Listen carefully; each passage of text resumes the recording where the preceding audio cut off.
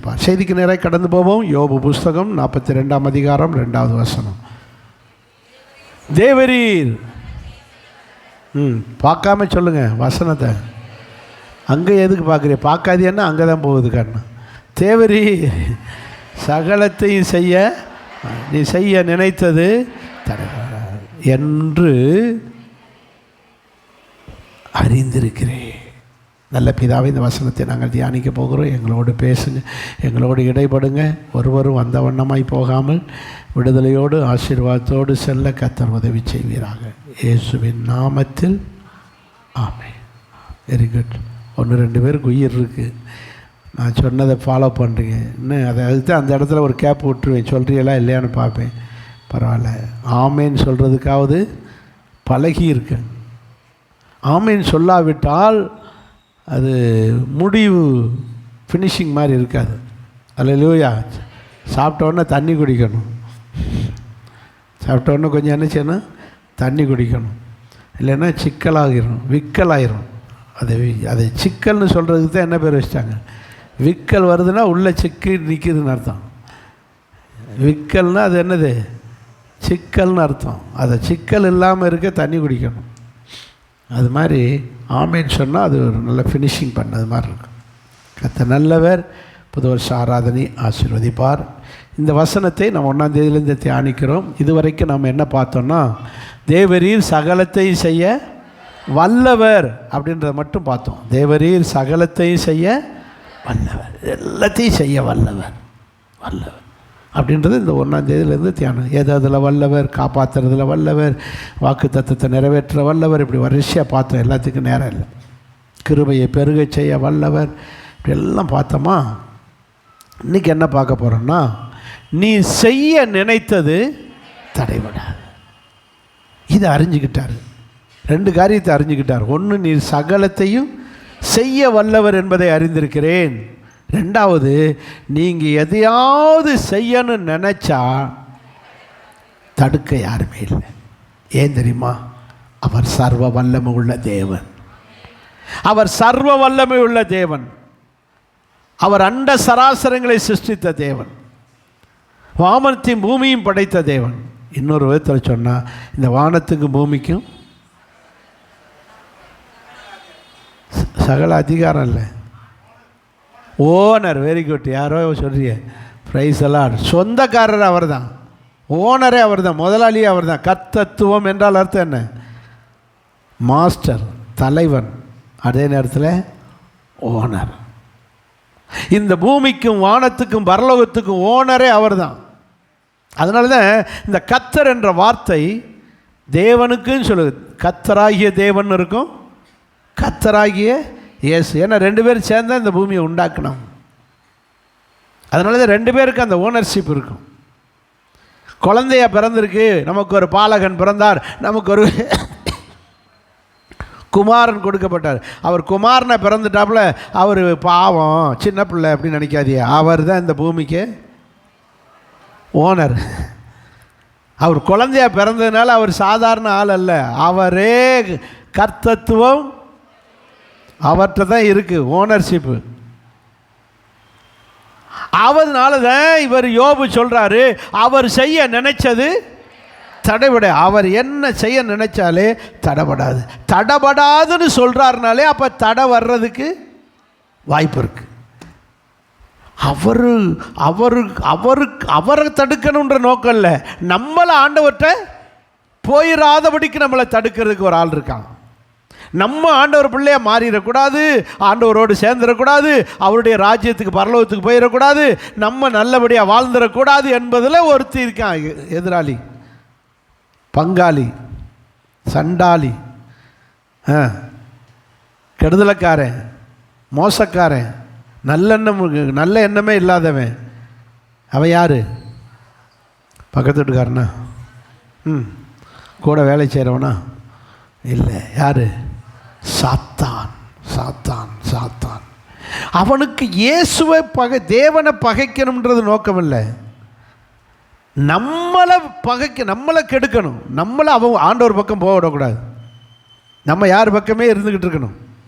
சாத்தான் பக்கமே இருக்கணும். அதில் தான் அவனுக்குரிய ஒழிய தேவனை பகைக்க முடியுமா, அவரை எதுக்க முடியுமா? அவருடைய படைத்த படைப்பு தான் இவன், தேவனுடைய சிருஷ்டியாக தான், ஆண்டவர் படைத்தவர் தான் இந்த சாத்தானை. அவர் பகைக்க முடியுமா, அவர் எதுக்க முடியுமா, அவர்கிட்ட முன்னாடி நிற்க தகுதி இருக்கா? நோ. அது நல்லா தெரியும் சாத்தானுக்கு. அதனால தான் சாத்தான் சொல்லுது, உன்னதமான தேவனுடைய குமாரனே, உமக்கு எனக்கும் என்ன, ஏன் எங்களுக்கு கெடுக்கவா வந்தீர்? நான் இந்த மனுஷன்களை கெடுத்து வச்சுருக்கேன், நீங்கள் என்னையை கெடுக்க வர்றீங்க சொன்னானா? லூக்கா 8ஆம் அதிகாரத்தில் சொன்னானா இல்லையா? நீ முழிக்கிற பார்த்தா என்னமோ நான் சாத்தானுக்கு சப்போர்ட் பண்ணுற மாதிரி இருக்குது. அப்படிலாம் அவன் சொல்லியிருக்க மாட்டான் பாஸ்டர், நீங்கள் ஏதாவது வேணும்னே சொல்கிற மாதிரி இருக்குது. அப்படியா? அல்லையா? சொல்லுவோமா? எல்லோரும் சேர்ந்து சொல்லுவோமா? ஸோ சாத்தான் வல்லமை உள்ளவன், அதில் எந்த டவுட் இல்லை. அவருக்கு ஆண்டவர் கொடுத்த வல்லமை இன்னும் இருக்குது, அவன்கிட்ட இருக்குது. ஆனால் அவனுடைய நோக்கம் எல்லாம் அந்த வல்லமையை பயன்படுத்தி நம்மளை யார் பக்கம் போக விடக்கூடாது, ஏசப்பா பக்கம் போயிடக்கூடாது, தேவனுடைய பிள்ளையாக மாறிடக்கூடாது, தேவனுக்காக ஆயிடக்கூடாது, நீங்கள் மோட்சத்துக்கு போய் சேர்ந்துடக்கூடாது என்பதில் தான் அவன் சில தடைகளை நமக்கு உண்டாக்குகிறான். அவன் தடைகளை உண்டாக்குறான். ஆனால் நம்முடைய தேவன் தடைகளை தகர்த்து போடுகிறவர். மீகா 2:13. மைக்கா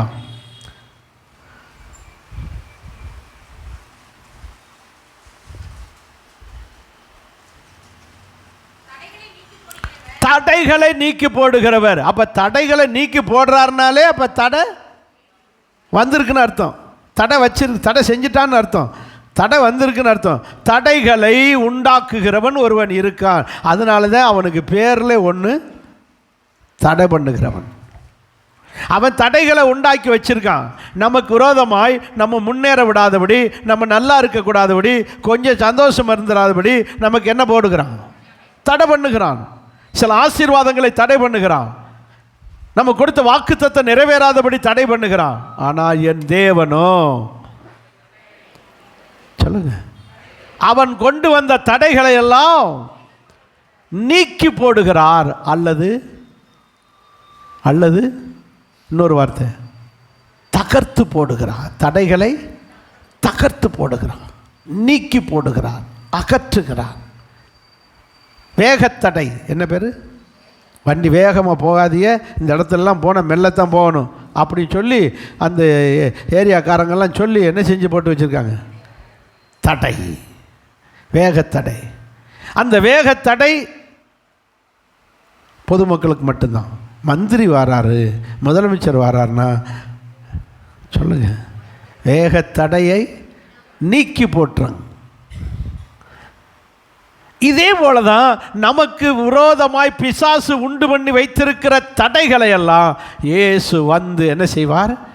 நீக்கி போடுவார். தடைகளை நீக்குகிறவர். இப்போ நான் கவனிக்க வேண்டிய ஒரு சத்தியம் என்ன அப்படின்னா, அவர் செய்ய நினைச்சதை யாரும் தடை பண்ண முடியாது. அவர் நினைச்சா தடை போட முடியும். சாத்தானுடைய திட்டத்தை இவர் தடுக்க முடியும். ஆனால் தேவனுடைய செயலை அவன் தடுக்கவே முடியாது. அவர் செய்ய நினைச்சதை யாரும் தடுக்க முடியாது. இப்போ என்ன சொன்னா, மனிதர்கள், நம்மெல்லாம் யாரு? மனிதர் தானே. ஏன்னா சில நேரம் மிருகம் ஆயிடுறாங்க. அதனால தான் மனிதர்களை யாராக மாறிடுறாங்க? மிருகமாக மாறிடுறாங்க, மிருகமாக நடந்துக்கிறாங்க. அதனால தான் மனிதர்களான்னு கேட்டுக்கிட்டேன். அப்படி நம்மெல்லாம் யார்? மனிதர்கள் தானே. இப்போ மனிதர்கள்கிட்ட தேவனை மனிதர்கள்டிருந்து பிரிக்க ஒரே வழி, மனிதர்களை என்ன செய்ய வைக்கணும்? பாவம் செய்ய வைக்கணும். மனிதர்களை பாவம் செய்யும்போது நாம் தேவனை விட்டு என்ன செய்கிறோம்? பிரிஞ்சிடறோம். அப்போ தேவன் நம்மளை வெறுத்துருவார். தேவன் நம்மளோட சேர மாட்டார். ஏன்னா அவர் பாவத்தை பாராத சுத்தகர். அப்போ மனிதர்களை பாவம் செய்ய வைக்கணும். சரி, ஆண்டவர்கிட்ட வந்தோம். ஆண்டவர் நம்முடைய பாவத்தை எல்லாம் மன்னித்து நம்மளை கழுவி மறுபடியும் யாராக்கிறாரு? பரிசுத்தமாக்கிறாரு. பரிசுத்தமான ஒன்று சரி, அவன்லாம் சர்ச்சில் சேர்ந்து ஏசப்பா பிள்ளைய மாதிரி ஆண்டவர் அவங்கள பரிசுத்தம் பண்ணிட்டாருன்னு சொல்லி சாத்தான் ஒதுங்க மாட்டான். சரி, நம்ம சர்ச்சுக்கு போயிடுச்சுங்க, ஞானசெல்லாம் எடுத்துருச்சுங்க, அதுக்கு கழுத போய் சேர்ந்துட்டு போகட்டும், அதுக்கு நம்ம இந்த மற்ற ஜனங்களை மட்டும் நம்ம வச்சுக்கிறோன்னு சொல்லி சாத்தான் திருப்தி அடைகிறானா? இல்லை. மறுபடியும் நம்மளை என்ன செய்ய வைக்கிறான்? பாவம் செய்ய வச்சு தேவனை விட்டு என்ன செய்யணும்? பிரிக்க வைக்கணும், மறுபடியும் பிரிக்க வைக்கணும். இப்படி அவன் திரும்ப திரும்ப என்ன செய்வான்? முயற்சி பண்ணுவான். அப்படி பாவம் மறுபடியும் நாமும் செய்திராதபடிக்கு தேவன் என்ன பண்ணுவாராம்? வாசிங்க ஆதியாகம புஸ்தகம் 20ஆம் அதிகாரம் 6ஆம் வசனம். அப்பொழுது தேவன்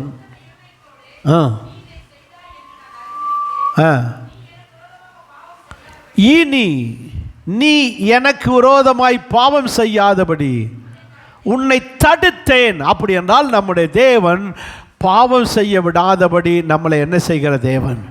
தடுக்கிற தேவன், தடுக்கிற தேவன். அப்படி என்றால் அவர் அவர் செய்ய நினைச்சதை யாரும் தடுக்க முடியாது. அவர் சாத்தான் செய்கிறதை கூட நம்மளை என்ன செய்வார்? தடுப்பார். அடுத்து யார் என்ன பிளான் பண்ணாலும் அவர் தடுக்க நினைச்சிட்டா தடுத்துருவார். ஆமே. உங்களுக்கு யாராவது கெடுதல் பண்ணணும், உங்கள் ப்ரமோஷனை கெடுக்கணும், உங்கள் வேலையை கெடுக்கணும், உங்கள் சந்தோஷத்தை கெடுக்கணும் அப்படின்னு என்ன பிளான் செய்வன ஆவி, அசுத்த ஆவி, மந்திர சக்திகள் எல்லாம் உங்களுக்கு விரோதமாய் செயல்படும் போது என் இயேசு வந்து என்ன செய்வார்? தடை பண்ணுவா. எந்த கெட்ட சக்திகளும் உங்களை நெருங்காதபடி, எந்த தீய காரியங்களும் உங்களை அணுகாதபடிக்கு கர்த்தருடைய ஆவியானவர் வந்து நமக்கு சொல்லுங்க தடை பண்ணுவா. இப்படித்தான் ஆண்டவர் தடுப்பார். ஆனால் அவர் செய்யனதை யாரும் தடுக்க முடியாது. அல்லேலூயா சொல்லுவோமா? எல்லாரும் சேர்ந்து ஒரு அல்லேலூயா சொல்லுவோமா? காரங்க பைபிளில் பார்த்தீங்க அப்படின்னா,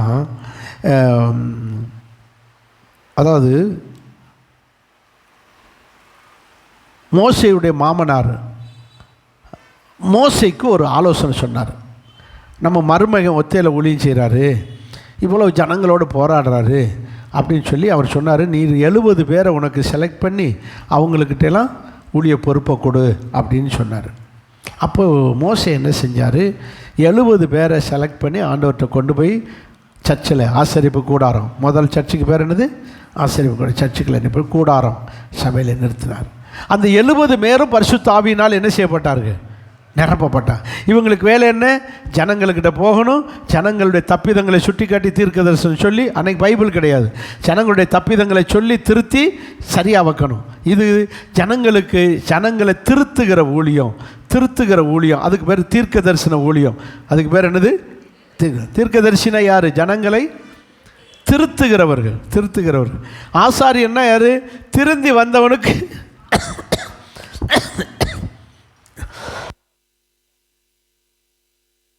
திருந்தி வந்தவனுக்கு மன்னிப்பு வாங்கி கொடுக்கறது யாருடைய வேலை? ஆசாரியனுடைய வேலை.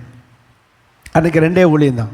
ஒன்று போய் ஜனங்களை சொல்லி தப்பிதங்களை சொல்லி திருத்துகிற வேலை, திருந்தி வந்தவனுக்கு மன்னிப்பு வாங்கி கொடுக்கறது யாருடைய வேலை? பாவம் மன்னிப்பு வாங்கி கொடுக்கறது. இப்போ தீர்க்கதரிசிகளாக 70 பேர் ஆயிட்டாங்க. யாரோட சேர்ந்து? மோசேயோடு சேர்ந்து. பைபிளில் படிக்காத மாதிரி தெரியுதா? எடுக்கிறீங்க. 70 தீர்க்கதரிசி உண்டாயிட்டாங்க. அப்போ ஒரு நாள் என்ன செஞ்சார்? இந்த 70 பேரை வர சொல்லி விட்டார். யார்? மோசே. எல்லாரும் சர்ச்சுக்கு வாங்க, ஆசரிப்பு கூடாரமாகிய சர்ச்சுக்கு வாங்கினாங்க. 68 பேர் வந்துட்டாங்க, 2 பேர் வரவே இல்லை. எல்தாத் எடுக்கலை, என்ன மேதாத், எல்தாத் 2 பேர் எங்கே இருக்குது பாருங்கள், எடுத்துக்கங்க. 31ஆம் அதிகாரம், ஆதியாகமம் 31ஆம் அதிகாரம், 11ஆம் அதிகாரம், எண்ணாகமம் 11ஆம் அதிகாரம் 28ஆம் வசனத்தை பாருங்கள். எண்ணாகமம் 11ஆம் அதிகாரம் 28ஆம் வசனம்.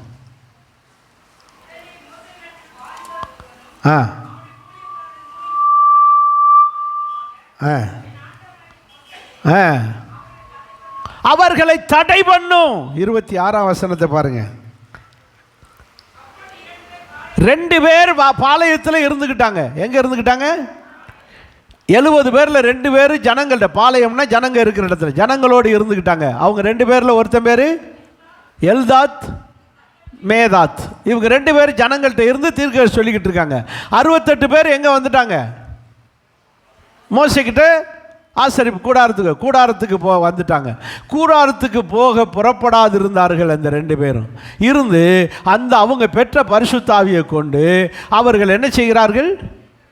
பாளையத்தில் ஜனங்களிடத்தில் என்ன சொல்லிக்கிட்டு இருக்காங்க? தீர்க்க தரிசனம் சொல்லிக்கிட்டு இருக்காங்க. உடனே ஓடி வந்தான், பாஸ்டர் இந்த மாதிரி நீங்கள் 70 பேருக்கு அபிஷேகம் கொடுத்தீங்க, 2 பேர் இன்னும் எங்கே தான் நிற்கிறாங்க?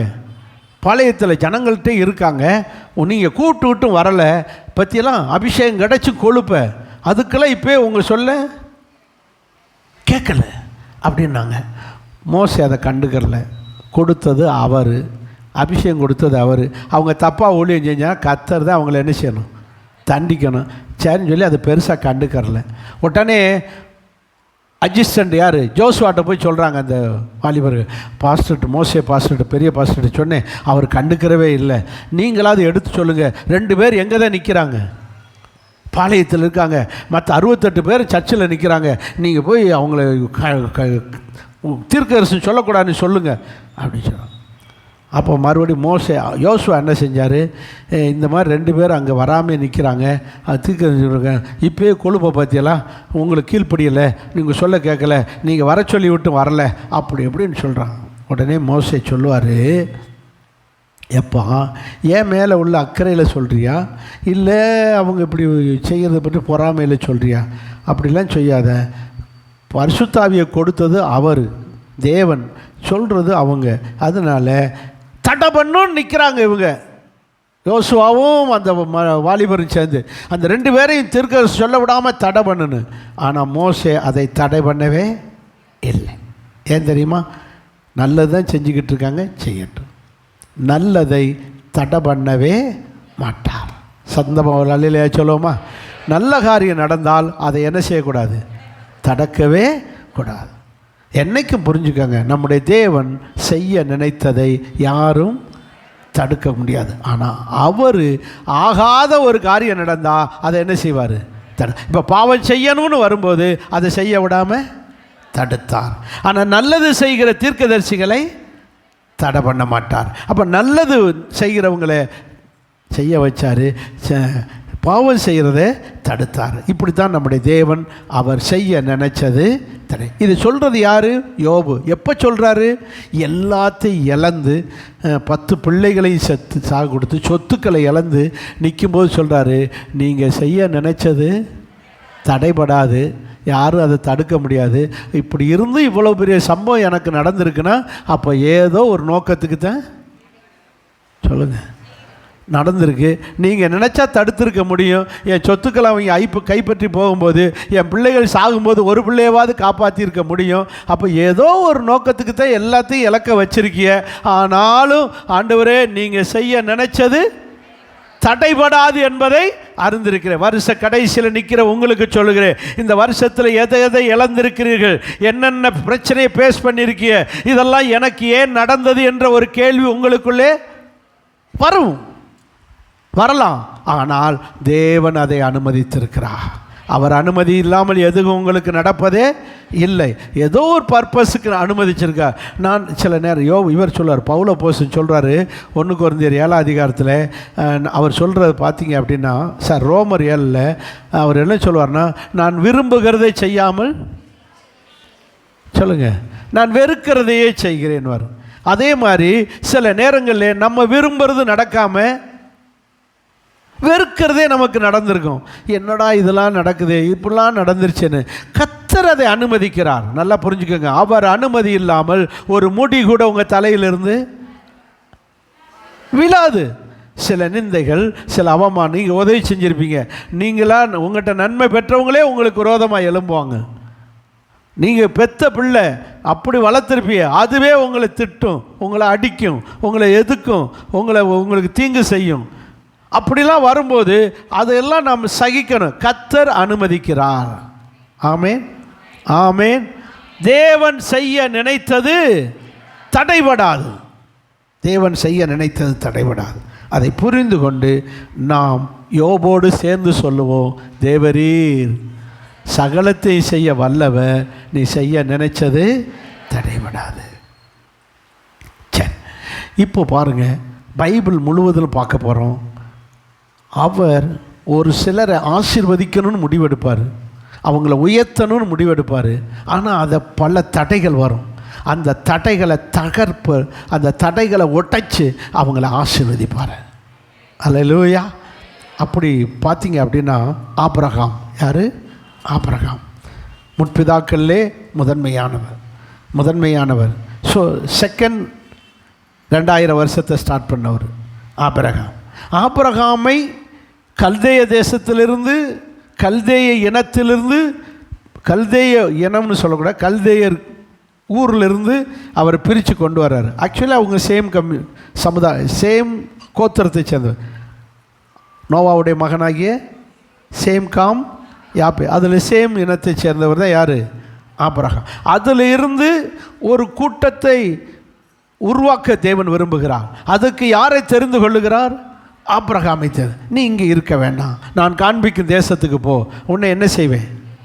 பெரிய ஜாதியாக. இப்படி அழைக்கும் போது அவருக்கு வயசு 75. ஆதியாகமம் 12 அதிகாரத்துக்கு வாருங்க. ஆதியாகமம் 12 அதிகாரத்தில் 1ஆம் வசனத்தில் நான் காண்பிக்கும் தேசத்துக்கு போனாரா? 4ஆம் வசனத்தில் சொன்னபடியே புறப்பட்டு போனார். 1ஆம் வசனத்தில் சொல்கிறாரு, நான் காண்பிக்கும் தேசத்துக்கு போன்றாரு. 4ஆம் வசனத்தில் அவன் ஆபிரகாம் சொன்னபடியே புறப்பட்டு போனான். 4ஆம் வசனத்தில் கடைசி வரியில் அப்போது வயது 75 வயசில் புறப்பட்டு போகிறார். அவர் போகும்போது வேறு பிள்ளைகள் கிடையாது. ஆபிரகாமுடைய மனைவியாகிய சாராய் மட்டும்தான் இருக்காங்க. அதுக்கு துணையாக யார் கூட வருகிறா? அவருடைய அண்ணன் மகனாகிய லோத்து, அதாவது ஆரானுடைய மகனாகிய லோத்து. அண்ணனு 2 அண்ணன்மார் அவருக்கு. யாருக்கு? ஆபிரகாம். ஆரான் நாகோர். இந்த ஆரானுடைய மகன் தான் யார்? லோத்து. அண்ணன் மகன் கூட வருகிறான். லோத்துவுக்கு மனைவி 2 பிள்ளைகள் இருக்காங்க, 2 பொம்பளை பிள்ளை இருக்குது. சரி, இப்போது இவங்க வீட்டில் 4 டிக்கெட்டு, இவங்க வீட்டில் 2 டிக்கெட்டு, 6 பேரும் சேர்ந்து கானான் தேசத்துக்கு போகிறாங்க.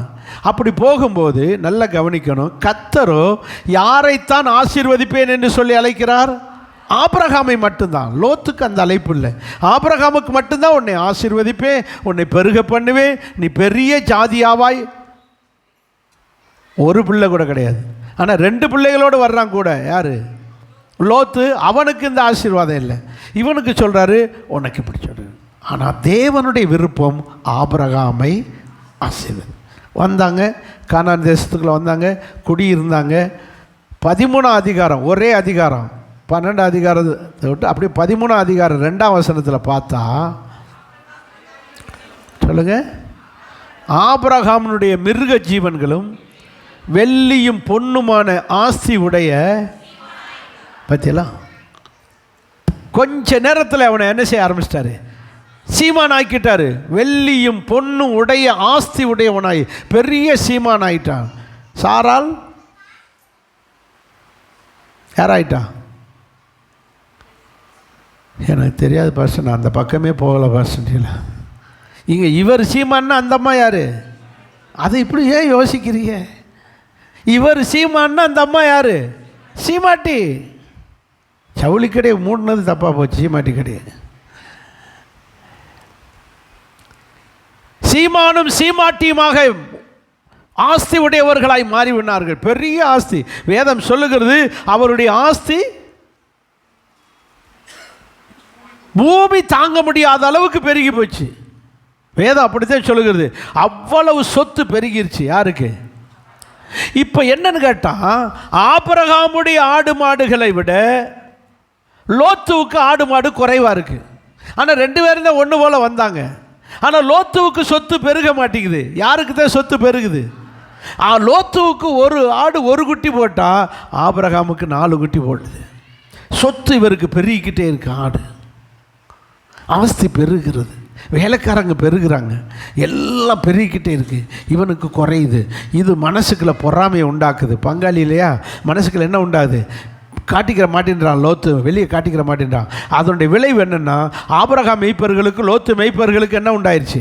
7ஆம் வசனத்தில் பார்த்தீங்க அப்படின்னா, 6ஆம் வசனத்திலே ஒருமித்து வாழ முடியாதபடிக்கு பூமி அவர்களால் தாங்கக்கூடியாத அளவுக்கு அவருடைய ஆஸ்தி மிகுதியாக இருக்குது. ஆபிரகாமுடைய ஆஸ்தி.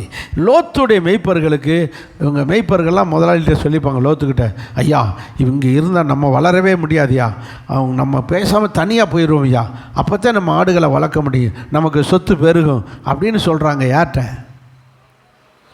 லோத்து அதை கண்டுக்கவே மாட்டேன்றார், பேசாமல் இருக்கார்.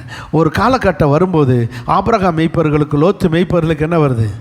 வாக்குவாதம் வருது. அது வாக்குவாதம் வம்பு இழுக்கிறதே எதுக்கு தான்? பிரிஞ்சு போகிறதுக்கு தான். வீட்டுக்குள்ளே வம்பு பண்ணுறாங்கனாலே தனி கொடுத்தனம் போக பிளான் பண்ணுறாங்கன்னு அர்த்தம். ஹலோ, இதே அதை எங்கே பார்த்தாலும் இப்படி தான். அப்போது வம்பு பண்ணுறாங்க. வம்பு பண்ணும்போது யார் கண்டிச்சிருக்கணும்? முதலாளிமாராகி ஆபிரகாமையும் லோத்து என்ன செஞ்சுருக்கணும்? கண்டிக்கணும். ஆபிரகாம் அவருடைய மெய்ப்பர்களை கண்டிக்கணும், லோத்து அவங்க மெய்ப்பர்களை கண்டே என்னென்ன சண்டை ஓட்டுக்கிட்டு இருக்கியா, பேசாமல் இருக்கல இல்லையா அப்படின்னு கண்டிச்சிருக்கணும். இவங்க கம்முன்னு இருக்காங்க. யார்? ஆபிரகாம் கண்டிச்சாரா என்னன்னு தெரில, ஆனால் லோத்து என்ன செஞ்சுருக்கணும்? கண்டிச்சிருக்கணும். கண்டிக்கலை. அப்போ என்ன அர்த்தம்? நல்ல சண்டையை போடுங்க, அப்போ தான் பிரிஞ்சு போகிறதுக்கு வசதியாக இருக்கணும். இவங்க ஆபிரகாம் கண்டிக்கிறார், லோத்து கண்டிக்கலை. அப்போ தான் ஆபிரகாம் கேட்குறாரு, இங்கே வாப்பா, நான் என் மெய்ப்பொருளை கண்டிக்கிற போல் நீ என்ன செஞ்சுருக்கணும்? உன் மெய்ப்பொருளை கண்டிக்க வேண்டாமா? நீ கண்டிக்காமல் இருக்கிற பார்த்தா எனக்கு ஒரு மாதிரி தோணுது, பிரிஞ்சு போகிறதுக்கு தான் நீ என்ன செய்கிற? பிளான் பண்ணுற மாதிரி தெரியுது. நீ இங்கே வா, நீ வடக்க போனால் நான் தெற்க போகிறேன், நீ கிழக்க போனால் நான் மேற்க போகிறேன். நீனே ஒரு இடத்த சூஸ் பண்ணி உன் ஆடுகளையும் உன் வெய்ப்பர்களையும் கூட்டிக்கிட்டு நீ என்ன செஞ்சுக்க? பிரிஞ்சு போய்க்க. எப்போ இதை சொல்லுவாங்க தான் நாங்கள் எதிர்பார்த்துருக்கோம். யார்? உடனே கண்களை ஏறெடுத்து பார்த்தான். சோதோம் கோமோரா அருமையான பகுதியாக இருக்குது, நல்ல பசுமையாக இருக்குது, இப்போ பார்க்குறதுக்கு என்ன தோட்டமாக இருக்குது, என்ன தோட்டம் மாதிரி இருக்குது, ஏதேன் தோட்டம் மாதிரி இருக்குது அப்படின்னு சொல்லி லோத்து தன் ஆடையோடு பிரித்து கொண்டு போனான். அப்போ பாருங்கள், ஆபிரகாமுடைய வளர்ச்சிக்கு யார் தடையாக இருக்கா? லோத்து. ஆபிரகாமை உயர்த்துவது தான் தேவனுடைய திட்டம். அதுக்கு தடையாக இருந்த லோத்துவை கர்த்தர் கலட்டி விட்டார். அல்லேலூயா சொல்லுவோமா? இதே போல தான் உங்களுடைய வளர்ச்சிக்கு யார் தடையாக இருக்கிறார்களோ அவர்களை கலட்டிடுவார். அது தொழிலாக இருந்தாலும் சரி, வேலை ஸ்தலமாக இருந்தாலும் சரி, படிப்பு காரியமாக இருந்தாலும் சரி, பிள்ளைகளுடைய முன்னேற்ற காரியமாக இருந்தாலும், யார் யார் தடையாக இருக்கிறார்களோ கர்த்தர் அவர்களை எல்லாம் என்ன செய்வார்? கலட்டிடுவார். உங்களை உயர்த்த அவர் உண்மை உள்ளவராக இருக்கிறார். அப்படி பிரிஞ்சு போனுடைய முடிவு என்னாச்சு? சோதோம் கோமோராவுக்கு போய் வானத்திலிருந்து அக்கினி இறங்கி வந்து அம்புடி சொத்தும் அழிச்சு போச்சு. ஒன்றுமே இல்லை. பொறாமையில் சம்பாதிக்கிறது ஒன்றுமே நிலைக்கவே நிலைக்காது. பொறாமையில் சம்பாதிக்கிறது நிலைக்காது. பிரிஞ்சு போய் இது பண்ண நினைக்கிறது எல்லாம் ஒன்றும் நிலைக்காது. கர்த்தர் நடத்துவா, உங்களை உயர்த்து. ஆபிரகாமை உயர்த்தி சீமானாங்க. அப்படி இருந்தும் ஆபிரகாமுக்கு இதே லோத்துக்கு ஒரு தடவை பிரச்சனை வந்து 5 ராஜாக்கள் வந்து கொள்ளையடிச்சிட்டு போயிட்டாங்க. இதே ஆபிரகாம் தான் மீட்டு கொடுத்தாரு. அதுக்கு பிறகு திருந்தணுமா இல்லையா? அப்போவும் திருந்தலை. அது போல் மொத்தமாக அக்கினி வந்து அழிச்சிருச்சு.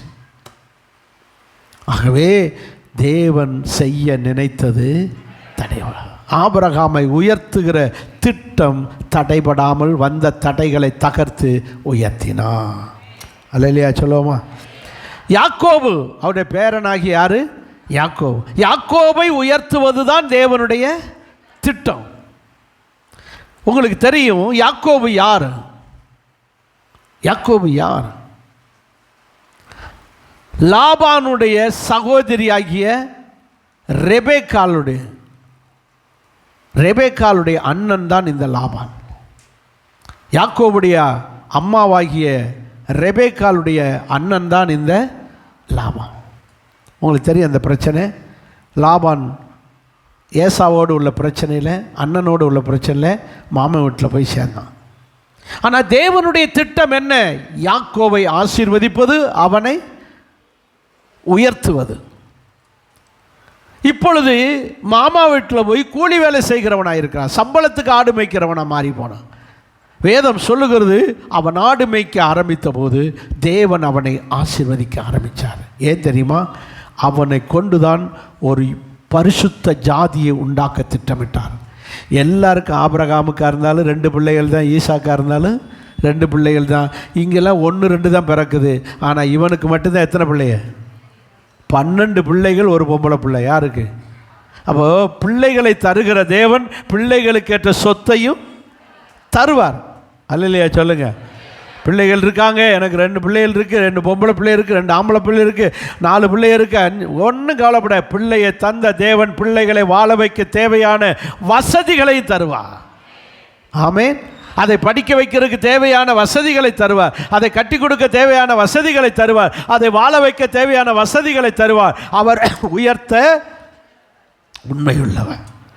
12 பிள்ளைகளை தந்திருக்கேன், நான் எப்படித்தான் காப்பாற்ற நினைக்கிறேன். இவனை சம்பளத்துக்கு ஆடு மேய்க்கிறான். யார்? யாக்கோ. அவங்க பாருங்க, ஆடு மேய்க்க சம்பளம் என்ன தெரியுங்களா? இப்படி ரூபா நோட்டு கிடையாது. உனக்கு போடுற குட்டியில் புள்ளி உள்ள ஆடு பூரா உனக்கு சம்பளம். முதலாளி எப்படி போடுறான் பாருங்க சம்பளம். ஆடு போடுற குட்டியில் புள்ளி இல்லாத ஆடு பூரா எனக்கு. எந்த ஆடு புள்ளியோட என்னம்மா மானா? இது புள்ளி மானா? ஆடுகள் பூரா எப்படி புள்ளி உள்ள குட்டி போடும்? அப்படி ஃபிக்ஸ் பண்ணுறான். அப்படின்னா என்ன? இவனுக்கு சம்பளத்தை என்ன செய்ய பார்க்குறான்? குறைக்க பார்க்குறான். எல்லா வேலை ஸ்தலங்களும், மில்லில், கம்பெனிகளில் எல்லாத்தையும் சம்பளத்தை கூட்டுவான். வேறு இந்த முதலாளி பொண்ணையும் கொடுத்துட்டு சம்பளத்தை என்ன செய்கிறான்?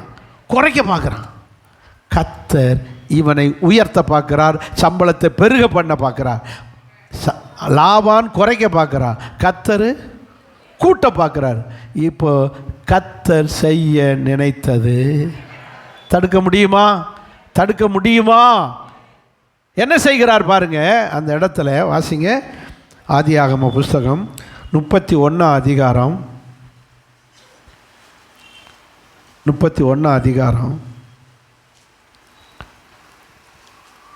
6ஆம் வசனத்தை பாருங்க.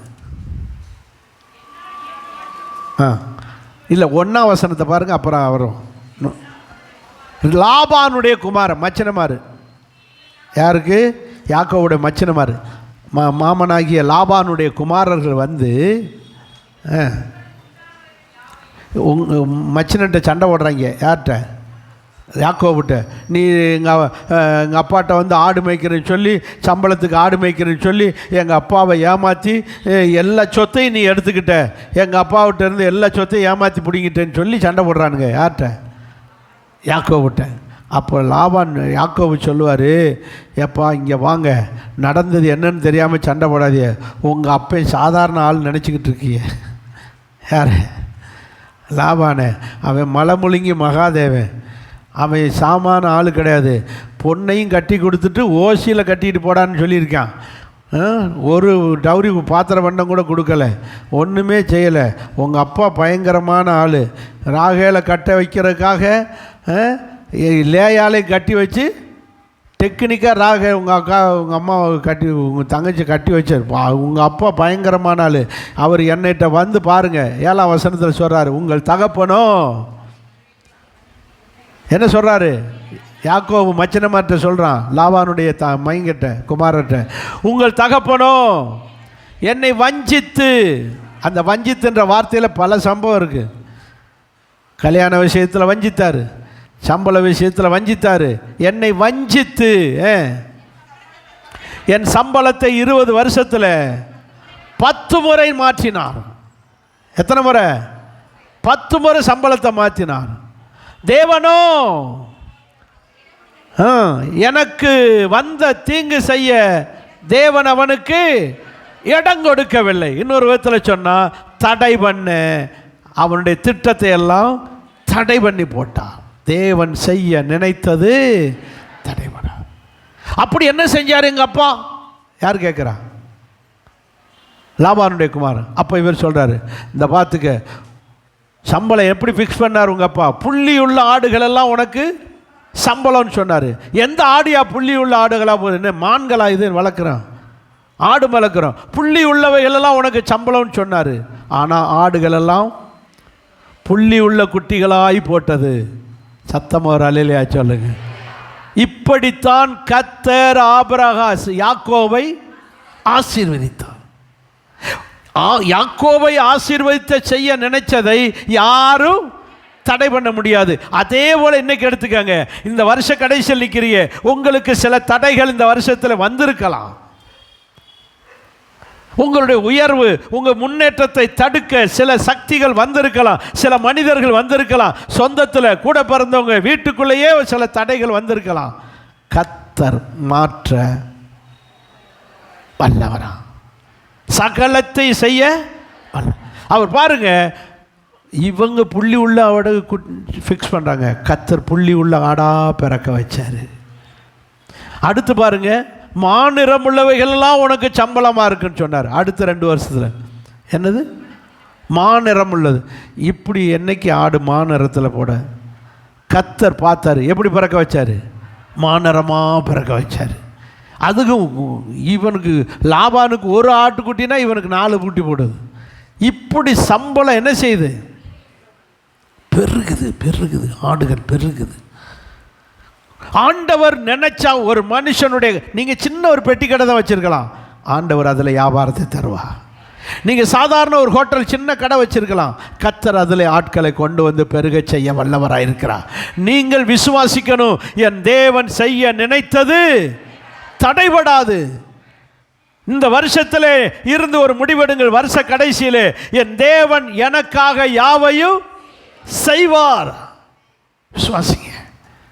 அதுக்கு பிறகுதான் சொல்றாரு, இவ்விதமாய் உங்கள் தகப்பனுடைய ஆடுகளை எடுத்து கர்த்தர் 9ஆம் வசனத்தில் எனக்கு தந்தார், எனக்கு தந்தார். நான் எடுக்கலை, அப்படி எடுத்து கொடுத்ததே யாருதான்? தேவன். தேவன் செஞ்சார். உங்கள் அப்பா போடுற பிளானில் என்ன தெரியுமா, இவர் சொல்லிக் கொடு, ஆண்டவரே சில ஐடியா சொல்லிக் கொடுப்பார். அந்த ஆடுகள்லாம் தண்ணி குடிக்க வரும்போது இந்த புன்னை மரத்து செடி என்ன செஞ்சு போடு, எட்டி போடு. அதுக்கு பொழியும் போது இந்த ஆட்டை போடு, இப்படி தண்ணி குடிக்க வை, இந்த இலையை பறித்து போடு, அதுகளுக்கு பூரா பட்டையை உரி, இப்படி ஒரே நேரம் மொத்தமாக உரிக்காமல் கோடு கோடாக உரிச்சு போடு. அப்படின்னா அதை குடிச்சிட்ருக்கிற ஆடுகள்லாம் கோடு கோடாக குட்டி போடும். ஏன்னா இவர் சம்பளம் அப்படி தானே ஃபிக்ஸ் பண்ணுறாரு. எப்படி அடுத்த சம்பளம்? கோடு ஓட்ட குட்டியெல்லாம் உனக்கு சம்பளம். எந்த ஆடு குட்டி போட, என்ன வரி குதிரையை வளர்க்குறோம். இப்போ வரி குதிரை மாதிரி குட்டி போட வைக்கிறதுக்கு கர்த்தர் ஐடியா சொல்லி கொடுக்குறாரு. யாருக்கு? யாக்கோபுக்கு. இப்படியே டெக்னிக் பண்ணி பண்ணி பண்ணி பண்ணி யாக்கோபை கர்த்தர் உயர்த்தினார். தேவன் செய்ய நினைத்தது தடைபடாது. உங்கள் பிள்ளைகளுக்கு இந்த காலேஜிலே சேர்க்க நினைப்பீங்க, அதுக்கு தடை வரும், பண வசதி இருக்காது, அப்ளிகேஷன் கிடைக்காது. கர்த்தர் செய்ய நினைச்சது தடைபடாது. உங்களை உயர்த்தணும்னு கடவுள் முடிவெடுத்தா யாரும் அதை தடுக்கவே முடியாது. இதை நல்லா புரிஞ்சவர் யோபு சொல்கிறாரு, தேவரீர் நீர் சகலத்தையும் செய்ய வல்லவர், நீர் செய்ய நினைச்சது தடைபடாது. இப்போ பாருங்கள், இந்த யாக்கோபுக்கு 12 ஆம்பளை பிள்ளைகள், இதில் 11வது பிறந்த ராகேலுக்கு பிறந்தவனாகி யோசேப்பை தான் தேவன் உயர்த்தணும்னு விரும்பினார். தேவன் உயர்த்த விரும்புறது, ஆசீர்வதிக்க விரும்புவது யாரை? யோசேப்பு. ஆனால் அவன் கூட பிறந்தவங்களுக்கு அந்த தடையாக இருக்காங்க. சாத்தான் அவங்கள கொண்டு தடுக்க பார்க்குறான், எப்படியாவது இந்த யோசேப்பை கொல்லணும்னு நினைக்கிறான். ஆனால் கர்த்தர் காப்பாற்றுகிறார், உயர்த்துகிறார். யாரை? யோசேப்பு. உங்களுக்கு அந்த சம்பவம் பூரா தெரியும் சகோதரன். இதுக்கெல்லாம் காரணம் என்ன தெரியுமா? என்ன காரணம்? யோசேப்புடைய கேரக்டர், இந்த பேசிக்கான கேரக்டர். 37ஆம் அதிகாரத்துக்கு வாங்க. ஆதியாகமம் 37ஆம் அதிகாரத்துக்கு வாங்க. 2ஆம் வசனத்தை பாருங்க. யோசேப்புக்கு 17 வயசாக இருக்கும்போது அவருடைய சகோதரர்கள் ஆடு மேய்ச்சிக்கிட்டு இருக்காங்க. சில்பால் பில்கால் சில்பால் என்னும் தன்னுடைய தகப்பனுடைய மறுமனையாட்டிகள். மனைவி வேற, மனைவிக்கு மறுமனையாட்டிக்கு உள்ள வித்தியாசம் என்ன தெரியாது, உங்களுக்கு ஒரு நாளைக்கு சொல்லித்தரேன். பைப் ஸ்டடிக்கு வாங்க. மனைவி என்ன, இப்போ சாலமோனுக்கு 300 மனைவி, நீங்கள் தான் சொல்லணும், ஆம்பளை எதையும் சொல்லணும். எவ்வளோ மறுமனையாட்டி? 300 700. 300 மனைவி, 700 மறுமனையாட்டி. இந்த மறுமனையாட்டிக்கும் மனைவிக்கு என்ன வித்தியாசம் அது தெரியாது, உங்களுக்கு ஒரு நாளைக்கு சொல்லித்தரேன். மனைவியும் மறுமனையாட்டியும் ஒன்றும் இல்லை, ஒன்று போல் தெரியும், ஆனால் ஒன்றும் இல்லை. ரெண்டுக்கு என்ன இருக்குது? வித்தியாசம். சரி, இப்போ அதுக்கெல்லாம் நேரம் இல்லை. இப்போ நல்லா கவனிங்க. என்னது? இந்த மறுமணியாட்டின் பிள்ளைகளாகி அந்த 10 பேர் இருக்காங்களே, தடிமாடுக, யோசேப்புக்கு முன்னாடி பிறந்தவனுங்க, அவங்க யாக்கோவுடைய பிள்ளைகள் தான், யாக்கோவுடைய பிள்ளைகள் தான். அவர்களோ துன்மார்க்கமாய் வாழுகிறார்கள். எப்படி வாழுகிறார்கள்?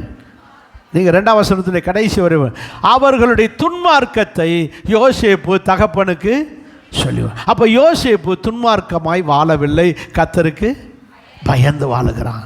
யோசேப்புடையதான மற்ற பிள்ளை அண்ணமார்களோ துன்மார்க்கமாய் வாழுகிறார். அப்போ யோசேப்பு பயந்து வாழுகிறான், பரிசுத்தமாக இருக்கிறான். யோசேப்புடைய சகோதரர்கள் துன்மார்க்கமாக இருக்கிறார். இதனுடைய விளைவு என்ன?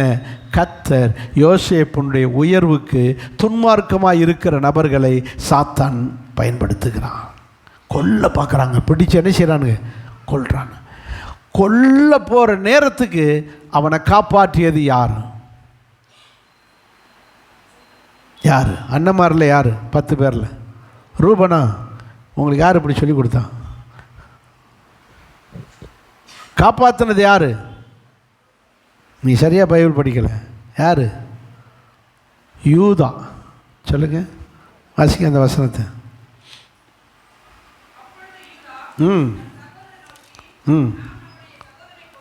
நாம் நம்முடைய சகோதரனை கொண்டு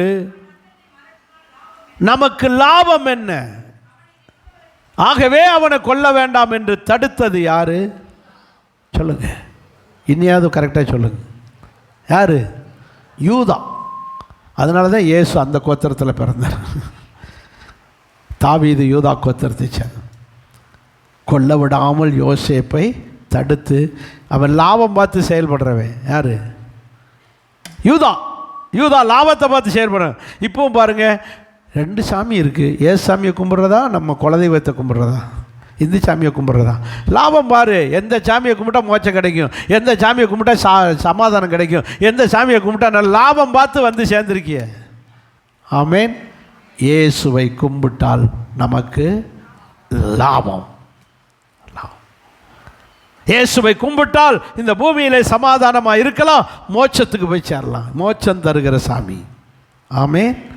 இப்படி தான் அவன் லாபம் பார்த்தா. இவனை கொல்றதுனால நமக்கு என்ன கிடைக்குது? விற்றாலும் 20 வெள்ளிக்காசு கிடைக்கும். அதனால் இவனை தூக்கி என்ன செஞ்சிடும்? விற்றுருவோன்னு விற்று விட்டான், கொல்லாமல் கொத்தான். இப்படி யூதாவை போல, யூதாவை கொண்டு தேவன் அவனை, யோசேப்பை காப்பாற்றினார். அவனுடைய திட்டத்தை தடை பண்ணி கொல்லணும்னு இருந்த திட்டத்தை தடை பண்ணி போட்டான். இதுபோல் கர்த்தர் யாரையாவது கொண்டு நம்முடைய பிசாசின் திட்டங்களை என்ன செய்வார்? தடை பண்ணுவார். தேவன் செய்ய நினைத்தது தடைபடாது, தடைபடாது. அதுக்கப்புறம் உங்களுக்கு தெரியும், போத்திபார் வீட்டுக்கு போனார். அங்கேயும் தடை வந்துச்சு, கொல்ல பார்த்தாங்க. அப்புறம் ஜெயிலில் போட்டாங்க. அங்கேயும் அவனை காப்பாற்ற ஆள் இல்லை. அவன் இதில் என்ன ஒரு பியூட்டி என்னென்னா, அந்த பானபாத்திரக்காரன் ஜெயிலில் கூட இருந்த ஒரு கைதி, அவன் தப்பு செய்யாமல் வந்தவன், அவனை விடுவிச்சு கொடுத்தாரு. யார்? இந்த யோசேப்பு தான் சொப்பனத்துக்கு அர்த்தம் சொல்லி கொடுத்தாரு.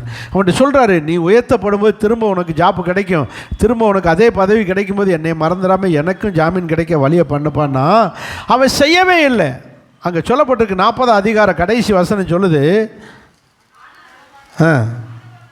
பானபாத்திரக்காரன் தலைவன் யோசேப்பை நினையாமல் மறந்து போனான். இப்படி தாங்க எல்லாரும் நம்மளை மறப்பார்கள். உங்களிடத்தில் நன்மை பெற்றவர்கள் உங்களை மறப்பார்கள், உங்களிடத்தில் உதவி பெற்றவர்கள் மறப்பாங்க. பாஸ்டர், நாங்கள் உங்களை மறக்கவே மாட்டேன், எனக்கு வேலை கிடச்சி நான் வெளிநாடு போன உடனே உங்களுக்கு தான் பாஸ்டர், நம்ம சபைக்கு தான் அப்படி மறந்துடும். ஒரு ஃபோன் கூட வராது. ஹலோ அல்லேலூயா சொல்லுங்கள். எல்லாம் இப்படி தான் சொல்லுவாங்க.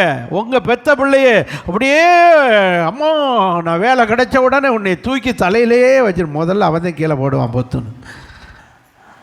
எல்லாம் மறந்துடுவாங்க, எல்லாம் மறந்துடுவாங்க. போனே ஏண்டா போனே பேசி, எனக்கு நிறைய வேலைம்மா, பிஸிம்மா, எல்லாம் மறப்பாங்க.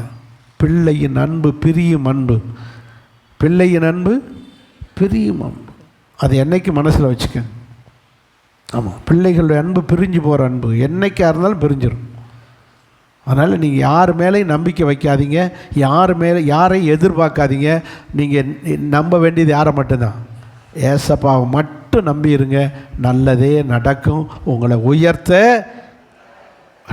இன்னும் நிறைய பேர் இருக்குது. எஸ்தருக்கு உயர்த்த முடியும். ஒரு சாதாரண ஒரு அநாத பெண், அப்பா அம்மா இல்லாத பிள்ளை, அண்ணன் வீட்டில் வளர்றா. யார் வீட்டில்? பெரியம்மா மகன். பெரியம்மா மகன் அண்ணன் வீட்டில் வளர்றா. அந்த அநாத பிள்ளையவே ராணி ஆக்கின தேவன் உங்களை ஆக்க மாட்டாரா? ஆமே. நம்ம ராணி ஆக்காட்டாலும் பரவாயில்ல, கூனி ஆக்காமல் வச்சப்போ நம்மளை அந்த அளவுக்கு ஆக்க கர்த்தர் நம்மளை உயர்த்த மாட்டார், நம்மளை வைப்பார். அவளை உயர்த்தின தேவன் நம்மளையும் உயர்த்த வல்லவர். எவ்வளவு தடை அந்த அம்மாவுக்கு, அந்த எஸ்தருக்கு அவ்வளவு தடைகளை உடைச்சு கர்த்தர் அவளை உயர்த்தினார். யோசேப்பு பெரிய ராஜாவாக்கினார், பெரிய ஆக்கினார். நம்மளை உயர்த்த. தானியேலை பாருங்கள், ஒரு வேலைக்காரனாக போய் சேர்ந்தவனே எவ்வளவு தடை, என்னென்ன கண்டிஷன் போட்டிருக்கான் தெரியுமா? தானியேலுக்கெல்லாம் பார்த்தீங்கன்னா 1ஆம் அதிகாரத்தை வாசிங்க, 3ஆம் வசனத்தை பாருங்கள்.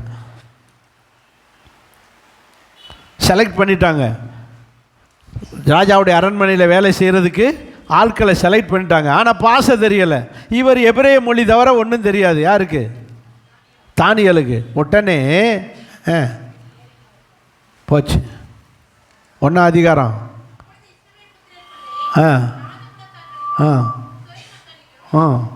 திறமை உள்ளவளாகிய சில வாலிபர்களை கொண்டு வந்தார்கள். கொண்டு வந்த பிறகு 4ஆம் வசனத்தில், 5ஆம் வசனத்தில், 4ஆம் வசனம் தான், 4ஆம் வசனம் தான் வைங்க.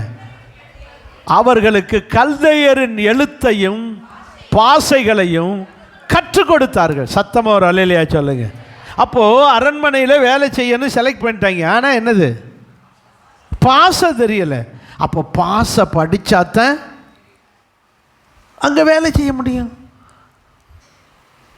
வேலைக்கு படிக்க வச்சு பிள்ளைகளுக்கு படிக்க வச்சு பாலிடெக்னிக்கு இன்ஜினியரிங் படிக்க வச்சாச்சு. ஆனால் என்ன வர மாட்டேங்குது? ஸ்போக்கன் இங்கிலீஷ் வர மாட்டேங்குது, இங்கிலீஷ் பேச தெரியலை. அப்போ நம்ம பிள்ளைகள் செலெக்ஷன் ஆக மாட்டேன்றாங்க.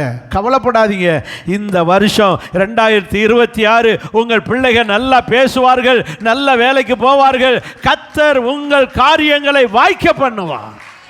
தானியேலை உயர்த்தின தேவன் உங்களையும் உயர்த்துவார். பாசைகளை படிக்க வச்சு, அங்கே சாப்பாட்டு பிரச்சனை வருது, அதுலேயும் பிரச்சனை வந்து 10 மடங்கு சமத்தனாக்கி, என்ன தடைகள் பாருங்கள். தேவன் தடைகளை தகர்த்து போடுகிறவர். தேவன் தடைகளை தகர்த்து போடுகிறவர், நீக்கி போட்டு நம்முடைய தேவன் உயர்த்த வல்லவராக இருக்கிறார். இந்த 2025 வரைக்கும் பல தடைகளையும் பல போராட்டங்களையும் நீங்கள் சந்தித்து வந்திருக்கலாம். 26 தடைகளை தகர்த்து உங்களை உயர்த்துகிற வருஷமாக இருக்க போகிறது. உங்களை ஒரு மகிமையான வருஷமாக இருக்க போகிறது. ஆமேன், ஆமேன். கர்த்தர் தடைகளை தகர்ப்பார். நீங்கள் நினைக்கலாம், கலாத்தியரில் 5ஆம் அதிகாரத்தில் 7ஆம் வசனத்தில் பாருங்கள். கலாத்தியர் 5ஆம் அதிகாரம் 7ஆம் வசனத்தில், நன்றாய் ஓடினீர்களே. எப்படி சொல்கிறாரு? நன்றாய் ஓடினீர்களே, சத்தியத்தின்படி நடக்காதபடிக்கு உங்களை தடை செய்தவன் நல்லா இருந்தீங்களே. இப்படி இந்த வருஷம் பூரா ஒழுங்காக ஜெபத்துக்கு வரல, ஒழுங்காக சர்ச்சுக்கு வரல, ஒழுங்காக தசமாக கொடுக்கல, ஒரு ஆத்மாவுக்கு கூட சத்தியம் சொல்லலை. இப்படி உங்களை கெடுத்தவன், தடை செய்தவன் யார்? தடை செய்தவன் யார்? இந்த 25ஓடு இந்த தடைகள்லாம் ஓட்டஞ்சு 26 உங்களை நல்ல ஆவிக்குரிய ஜீவியத்திலும் எல்லா நிலைமையிலும் உயர்த்த போகிற ஆண்டு. விசுவாசிக்கிறீங்களா? ஆவிக்குரிய வளர்ச்சியை கத்த தருவா. ஆமே. தாவீதை உயர்த்தணும் என்பதுதான் தேவனுடைய திட்டம். சவுலுக்கு பதிலாக யாரை செலக்ட் பண்ணணும்? தாவீதை செலக்ட் பண்ணணும் தான் தேவனுடைய திட்டம். ஓவாஸ் கூட்டத்தில் சொன்னேன், சவுலை தள்ளி தாவீதை ஏற்படுத்தினார். அப்பாயின்மெண்ட், ஒருத்தனுக்கு டிஸ்மிஸ்ஸு, ஒருத்தனுக்கு அப்பாயின்மெண்ட் ஆர்டர். ஏன்? அவனுக்கு எத்தனை தடைகள். குடும்பம், கூட பிறந்தவங்க ஏற்காங்க, அவனுடைய குடும்பம் சாதாரண குடும்பம். ஆனாலும் கர்த்தர் செலக்ட் பண்ணிட்டார்னா அவரை யாரும் தடுக்கவே முடியாது. அவனை ராஜாவாக நீ அபிஷேகம் பண்ணுன்னு சாமுவேல்கிட்ட சொல்கிறாரு. அப்போ சொல்லும்போது ஒரு வார்த்தை சொல்கிறாரு, எனக்காக அவனை அபிஷேகம் பண்ணு. எப்படி சொல்கிறாரு? எனக்காக. அப்படின்னா எனக்கு அவன் வேணும், தாவீது தான் எனக்கு வேணும், அவனைத்தான் ராஜாவாக்கணும்னு கர்த்தர் பிடிவாதமாக நிற்கிறார். அந்த இடத்துல பிடிவாதமாக நிற்கிறார். 1 சாமுவேல் 16:3 எனக்காக அவன் என்ன செய்ய அபிஷேகம். இப்படித்தான் உங்களை என்னையும் பார்த்து சொல்லுகிறார். எனக்கு நீ தேவை, எனக்கு நீ தேவை, எனக்காக நீ நிற்கணும், எனக்காக உன்னை அப்படி உயர்த்த போகிறேன், எனக்காக உன்னை ஆசீர்வதிக்க போகிறேன் என்று கர்த்தர் உங்கள் மேல் ஒரு வைராக்கியத்தோடு சொல்லுகிறார். ஆமென். அந்த வார்த்தையை பாருங்கள், 3ஆம் வசனத்தில் கடைசி வரியில் சொல்கிறாரு, சாமுவேல்கிட்ட நான் உனக்கு சொல்லுகிறவனை தேவனே சொல்கிறார், எனக்காக அபிஷேகம் பண்ணு, அவன் எனக்கு தேவை. உங்களை பார்த்து சொல்கிறாரு, நீ எனக்கு தேவை. கர்த்தர் சொல்கிறாரு, மகளே நீ எனக்கு தேவை. உங்கள் வீட்டார் உங்களை வெறுக்கலாம், உங்கள் குடும்பத்தில் உங்களை மட்டமாக நினைக்கலாம், உங்களை அற்பமாக நினைக்கலாம். கர்த்தர் உன்னை பார்த்து சொல்லுகிறார், நீ எனக்கு தேவை, எனக்கு தேவை. இந்த 26 உங்களை கர்த்தர் உயர்த்துகிற வருஷமாக இருக்க போகிறது. ஆமென். அதற்காக வந்த தடைகளை எல்லாம் உடைத்து கர்த்தர் உயர்த்துவாராக. எழுந்திருப்போம்.